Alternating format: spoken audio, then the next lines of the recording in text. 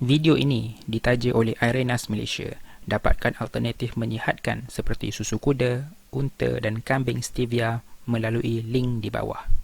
Hai, kali ini kita akan bincang tentang top 5 ciptaan terkenal yang sebenarnya dicuri. Ciptaan yang sedia ada pada hari ini tidak semestinya berasal dari pencipta yang kita kenal. Mari kita selidik top 5 ciptaan masyhur yang dicuri. 5. Enjin steam. Kredit boleh diberikan kepada James Watt untuk inovasi enjin steam, namun kredit sebenar penciptaan enjin tersebut bukan pada James Watt. Pencipta yang berasal dari Scotland itu hanya menambah baik reka bentuk enjin steam milik Thomas Newcomen, yang juga menambah baik reka bentuk enjin steam milik Thomas Savery yang telah dipatenkan pada tahun 1698. 4. Komputer desktop.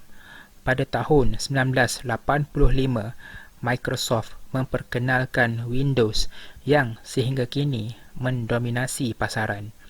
Mengikut sejarah, sebenarnya Microsoft berlumba untuk mengejar jejak Apple milik Steve Wozniak dan Steve Jobs, yang sebenarnya Apple juga mereka bentuk produk mereka berdasarkan reka bentuk yang dihasilkan oleh Xerox.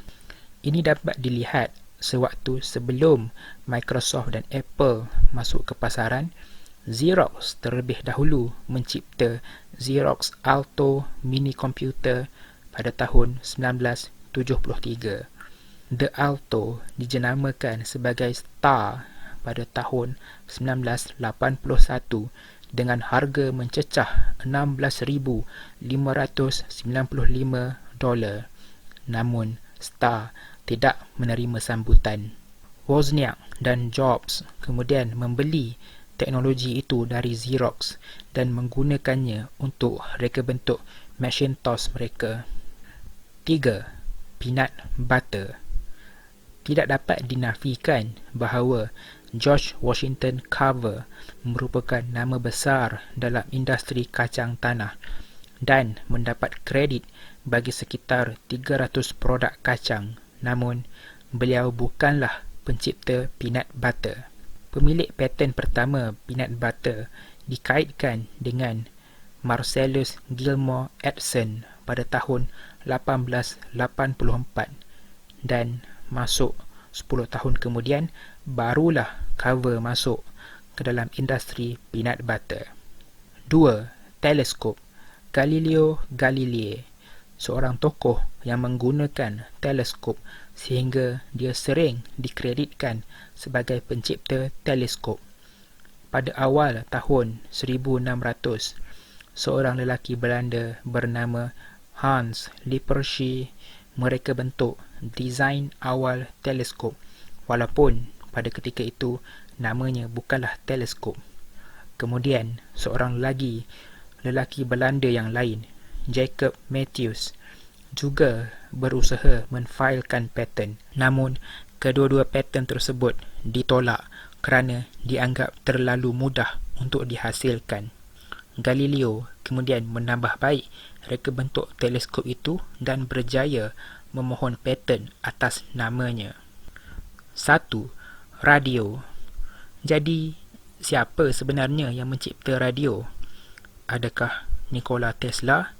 Atau mungkin seorang tokoh Itali bernama Guglielmo Marconi? Walaupun Marconi pada mulanya dikreditkan dengan status pencipta, namun pada tahun 1943, Mahkamah Agung Amerika Syarikat membatalkan paten asal milik Marconi dengan memihak kepada Tesla.